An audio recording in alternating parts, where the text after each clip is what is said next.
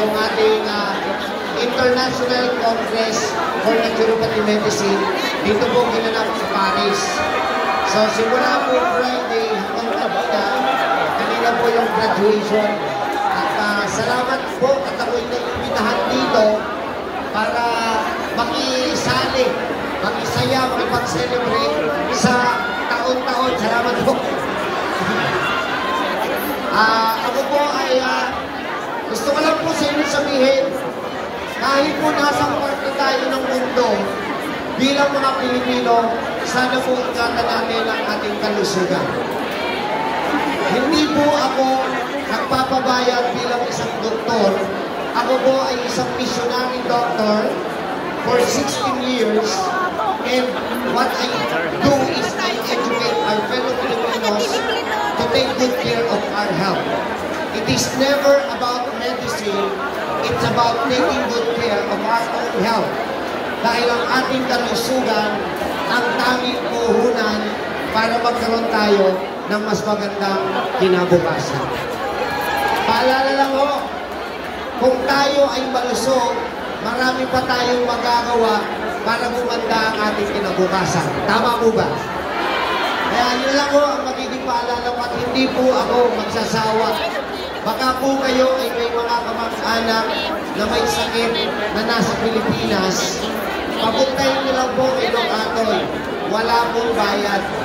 Uulitin ko, hindi po ako nagpapabayad ng stisingo dahil yan po ang mission ko sa buhay. Makatulong po sa pamamagitan ng pag-educate. Ibibili ko lang po, last 1 minute ako. Huwag niyong kalimutang gawin ang 7 Doctors of Discipline. Libre po ito, walang bayad. Number 1, Dr. Air. Huwag niyong kakalimutan mag-inhale, exhale. Pero make sure, huwag lang sa loob ng banyo. Kailangan po nasa maayos ang paligiran. Number 2, Dr. Sunshine. Dahil dyan lang po tayo makakakuha ng natural vitamin D to boost our immune system. Number 3, Dr. Exercise. Huwag niyong kakalimutan magpapawis dahil yan po ay detoxification process of the integumentary system. Number 4, dahil pinawisan ka, Dr. Water. Wala pong kapalit ang tubig. Kailangan po natin ng tubig. Kung naliligo yung panlabas, dapat naliligo din yung panloob. Tama po ba? Number 5, Dr. Diet. Oops! Teka lang. Ang diet ay hindi po dieta o pangpapaya. Pag sinabing Dr. Diet, binabalansi lang po natin. Walang masamang pagkain kung hindi sosobra sa tama.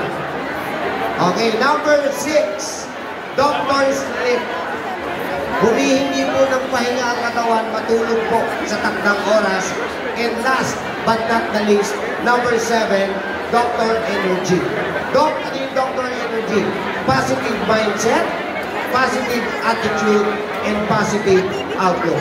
Yan po yung 7 doktor. Libre, walang bayad, mananatiling malakas ang ating kalusugan. So ito po